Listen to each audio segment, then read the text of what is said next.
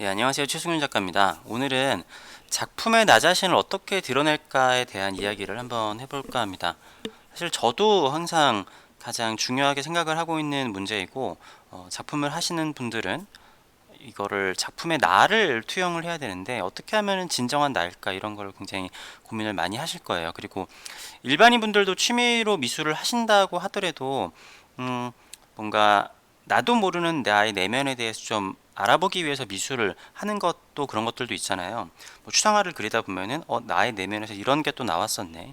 한데 남들하고는 좀 다르고 싶은 그런 측면이 분명히 있다란 말이죠. 사람은 그런 뭐랄까 욕구라는 게 분명히 있다라고 생각을 하는데, 그러니까 오늘 제가 드릴 말씀이 이렇게 하면은 나 자신을 전부 다 드러낼 수 있다라고 하는 이야기는 아니에요. 그거를 만약에 아주 짧은 영상으로 다 이야기를 할 수 있다라고 그러면은 그거는 약간 사기성에 가까운 거겠죠. 그리고 저 자신도 저 자신이 누구일까를 평생을 연구를 하는 거고, 아마 뭐 죽을 때까지도 그거를 다 모르고 지나갈지도 몰라요. 또 어떻게 보면은 그래야 더 작품을 할 수 있는 거라고 생각을 하기도 하고.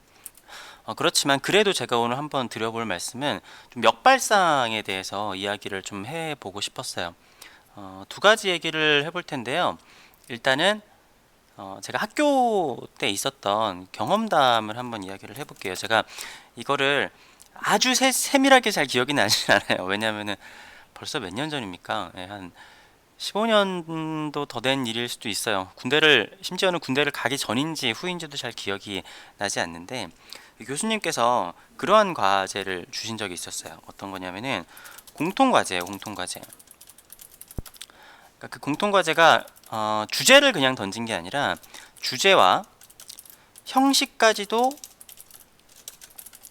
같은 과제를 내주셨습니다.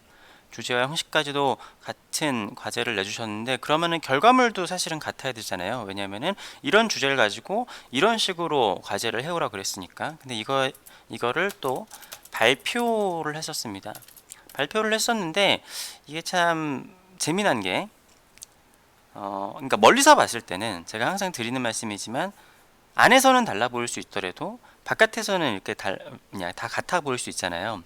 요즘 신종 우한 코로나 때문에 우스갯소리로 하는 이야기가, 우한시 내에서는 어 이제 그 사람들끼리도 감염자를 멀리하고, 후베이성 안에서는 우한 사람들을 멀리하고, 그리고 중국에서는 후베이성 사람들을 멀리하고, 아시아에서는 중국인들을 멀리하고, 서양에서는 중국인인지 일본인인지 한국인인지 헷갈리니까 그냥 아시아인을 멀리하고, 그러니까 뭐 이러한 게 있더라고요. 이게 어디까지나 관점에 따른 차이라고 생각을 하는데, 아무튼 그 과제를 하는 우리 반에서 있어서는 참 재미나게도 다 달랐다. 그러니까 결과물이 다 달랐다라는 거죠. 그리고 그 결과물 자체가 어, 개인의 개성이 드러났습니다. 그러니까 하다 보니까 우리도 발표를 하면서 어떻게 이렇게 똑같은 거를 하면서 사람들마다 사람의 특성이 드러나지? 또 잘 아는 사람들끼리는 저 사람이 어떤 특성을 가지고 있는지 알잖아요. 그게 드러난다라는 거죠. 그리고 이건 갑자기 생각이 난 건데, 제가 옛날에 홍대 입시를 봤었을 때 제가 석고수처를 했었거든요. 그때 줄리앙 석고수처를 했는데, 그때 미대 입시에 1차 합격자 그림들이 나왔어요. 1차 합격자 그림들이 나왔는데, 그 안에서 이 한 작은 화면 안에서 그림들이 한 적어도 몇십 장 아니면 몇백 장이, 백장 몇백 장은 아니겠지만 몇십 장이 있었어요. 그런데 저희 반 여자애가 그 사진을 보고, 그 잡지에 있는 사진을 보고 승윤아 여기 네 그림이다 이러는 거예요. 그래서 제가 봤더니 제 그림이 맞아요. 이게 되게 신기하잖아요. 그러니까 남들이 봤을 때는, 아마 또 비전공자가 봤을 때는 다 똑같은 석고수치하고 너무나도 다 똑같은데, 아는 사람들이 봤었을 때는 승윤이는 약간 석고를 그릴 때 이렇게 그리고 약간 뒤에 뭐 배경을 어떻게 빼고 주제 묘사를 어떤 식으로 하지, 근데 그것도 요만한 크기로 보이는 사진이었는데 그거를 찾아낸 거예요. 그러니까 수많은 것 중에서 그거를 이제 파고 들어가는 사람들은 그 사람을 아는 거죠. 그러니까 어떻게 생각을 해보면은 내가 어, 요거를 조금 그래도 좀 정리를 하자면은, 남들과 다르게 하려고 크게 노력하지 않는다고 하더라도 나 자신은 묻어 나올 수밖에 없다. 물론 이렇다라고 해가지고 내가 남들과 다른 점에 대해서 연구를 하거나 노력을 하지 않아야 된다는 얘기가 아니에요. 저는 오늘 이야기를 하는 게 약간의 역발상으로 생각을 하는 거죠. 내가 나를 그렇게까지 진정한 내가 뭐지? 이런 거를 하지 않는다고 하더라도 남들의 눈에서 봤을 때, 내 안에서 봤었을 때는 이게 뭔가 고민이 많다고 하더라도 남들이 봤을 땐 다 똑같은 거일 수도 있는 거예요. 그러니까 예를 들어서 그렇게 얘기하는 작가분들이 많아요. 뭐 제 작품도 사실은 비슷할 수도 있겠지만, 이 내 작품들이 너무 다양하다고 고민을 하시는 분들이 있어요. 이거 내가 좀 작품의 통일성이 있어야 되는데, 작품의 통일성에 대해서 고민을 하는 작가, 작품이 너무 다양하다라고 생각을 하는 거예요. 그런데 밖에서 봤었을 때는 다 똑같다라고 하기는 좀 그렇고, 아무튼 작가의 전부 다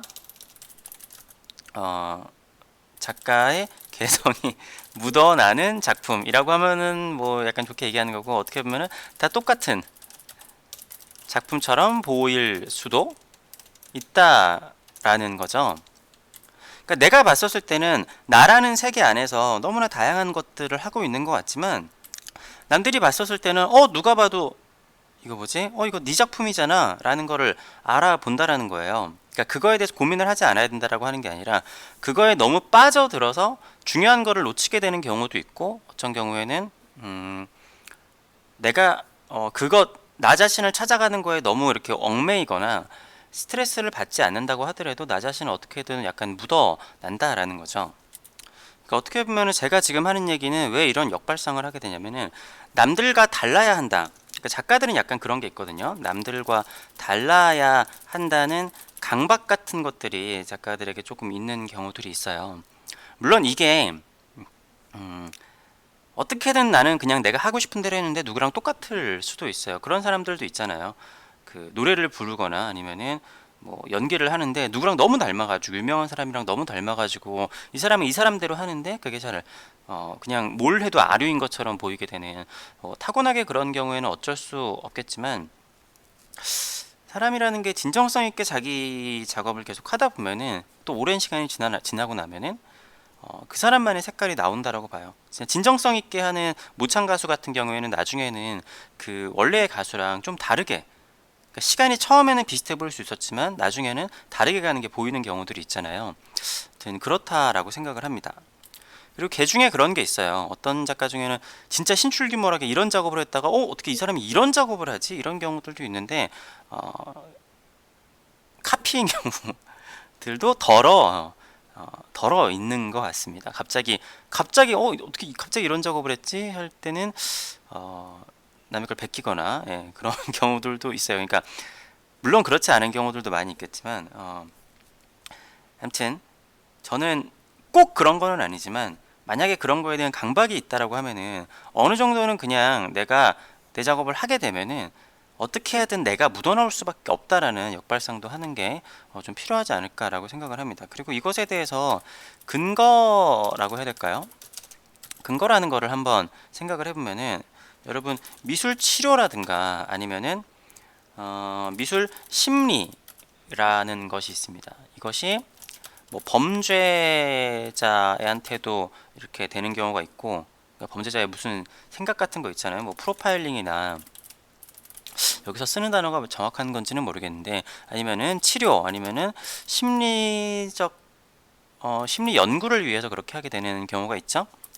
근데 이럴 때 내가 예를 들어서 집을 그려보라고 한다고 하죠. 집하고 그리고 해, 창문, 아니면은 뭐 동물, 이런 거를 그릴 때 그림을 그리는 사람이 아닌 사람이라고 하면은 내가 이걸 어떻게 그려야겠다라는 것에 대해서 평소에 고민이 전혀 없었던 사람들이 많이 있을 거예요. 그런데 이 사람들이 그림을 잘 그리지 않는다라고 하더라도, 이 사람들이 어떻게 이 집을 표현을 하고, 해의 위치는 어떻게 하고, 창문은 몇 개를 그려내면서 동물은 어떤 식으로 묘사를 하는지, 아니면은 뭐 나 자신도 있겠죠. 자화상을 그림에 있어서 평소에 이거를 내 개성으로 어떻게 드러내야겠다라는 생각이 전혀 없던 일반인이라고 할지라도 이런 그림들을 표현을 하게 되면은 자신의 만의 심리가 드러난다.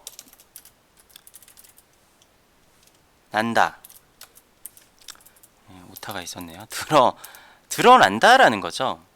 그러니까 나는 이거에 대해서, 그러니까 앞에 얘기했던 거랑 이어지는 건데, 이거를 내 개성이 무엇일까 막 찾아가지고 하는 작가가 아니라 평소에 그림을 어떻게 그려야 될까 하나도 고민을 안 했었던 사람이라고 할지라도 그림을 그려보면은 이 사람의 심리가 보인다라는 거예요. 그러니까 오히려 그런 거를 연구를 했던 사람이라면 그게 잘 안 보일 수도 있겠지만, 그거를 막 벗어나는 거는, 자기 자신한테 벗어나는 이런 그림을 그리는 거는 힘들 거예요. 일부러 그렇게 하지 않는 이상, 이런 것에 대해서 뭐 실제로 배웠던 사람이나 이런 거에 박사들이 일부러 그렇게 하지 않는 이상은 대부분 자기가 드러날 거예요. 그러니까 우리가 어린아이들 그림을 보더라도 얘네들한테 뭔가를 가르치지 않더라도 성격이 좀 드러나잖아요.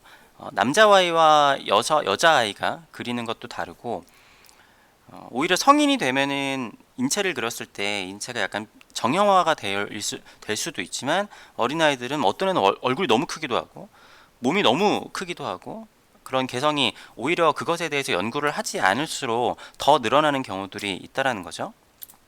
하여튼 무슨 얘기냐면은, 제가 앞서 얘기를 했었던, 굳이 내가 나를 드러내려고 하지 않더라도 결국에는 내가 뭔가 그림을 그리고 진정성 있게 그림을 그리면은 자연스럽게 내가 묻어날 수밖에 없지 않을까라는 역발상도 필요하고, 제가 지금 얘기를 하는 그러한 것들이 실제로 사람의 심리를 연구하는데 쓰이고 있고, 뭐 범죄의 심리를 연구할 때도 쓰이고 있기 때문에 그게 어느 정도는 근거가 된다라는 거예요. 사람이 그림을 그릴 때 약간 어떠한 터치를 하고 어떠한 색깔을 쓰고 어떠한 그런 게 있고, 저도 연도별로의 그림이나 결혼을 하고 나서도 결혼을 하니까 그림이 변했다 이런 것도 있잖아요. 물론 다른 사람들이 어떤 시각으로 봤었을 때는 다 똑같은 것처럼 보일 수도 있을 거예요. 근데 그거를 파고 들어가게 되면은 그게 또 다른 거를 볼 수도 있다라는 거죠.